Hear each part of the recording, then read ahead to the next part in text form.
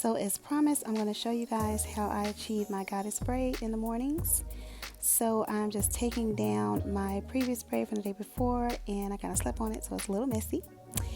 And I'm just combing out all the tangles and just making sure everything is combed forward. I'm going to put my little special oil blend on my hair that I put on me and my daughter's hair daily.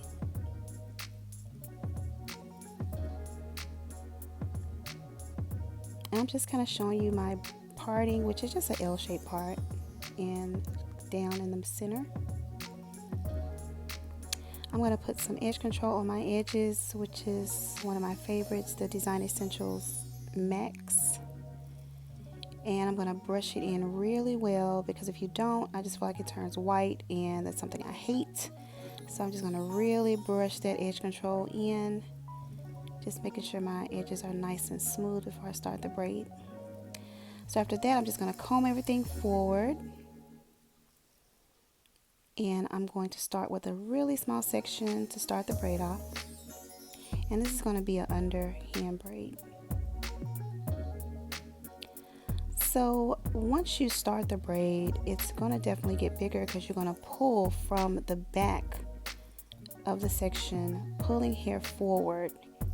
And you want to make sure that you get the braid as close to the hairline as possible.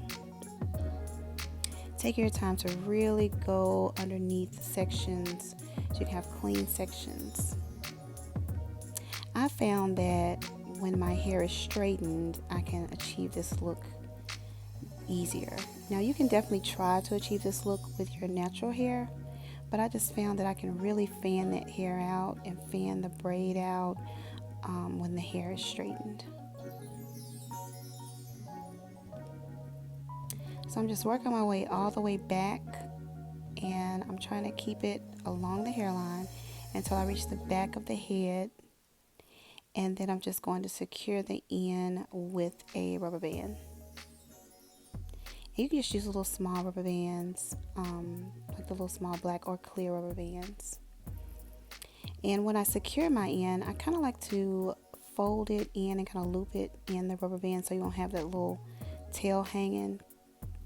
So, because it makes it easier when you're securing the braid in the back. So now we're on to the smaller section of hair.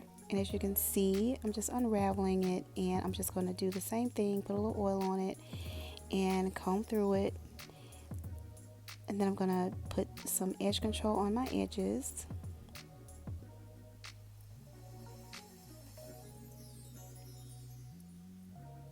You don't need a whole lot. Brushing it in really well. So these braids don't have to be extremely tight, because you want to have room to maneuver it when you're done. So it needs to be secure, but not necessarily tight.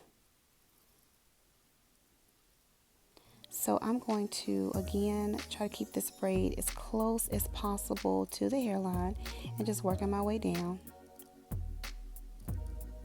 And as you can see, this look does not take very long.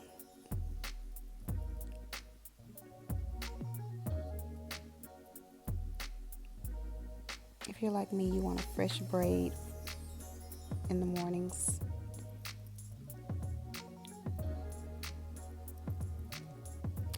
So once I'm done braiding this one down, as you'll see, I'm going to secure it again with just a simple little small black rubber band, tucking the ends. And now that that's done, I'm going to start to fan the braid out. So I'm going to start from the beginning of the braid, and I'm just going to start pulling and tugging on the braid. But as you can see, I'm holding it in place because I don't want to disturb the pattern, but I'm just kind of holding it and pulling at the same time. And you can pull as much or as little as you like. I personally like to try to get it as big as I can.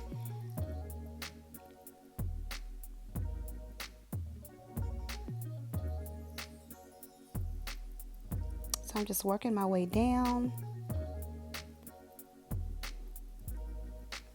And I'm going to probably pull all the way to the back, but not necessarily the braid that's hanging, just probably right behind the ear.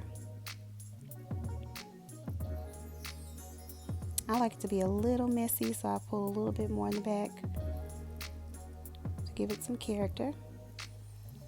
And I'm going to pull just a little bit on the smaller braid. You don't really have to, but I just pull just a little bit just to give it a tiny bit of volume.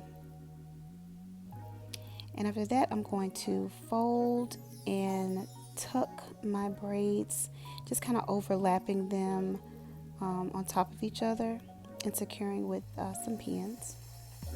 I use about 4 pins. You don't need a whole lot, but you can use as many as you need.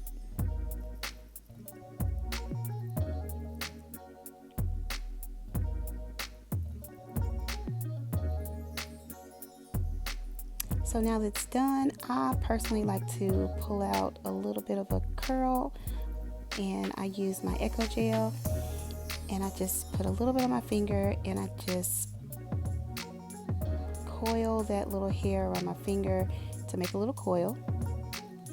And this is totally optional, but I just like the look. And I'm gonna put a little bit more on there because sometimes you need a little bit more to kind of saturate that hair to give you that little coil. And I just do on the other side and coil around my finger, and there you go.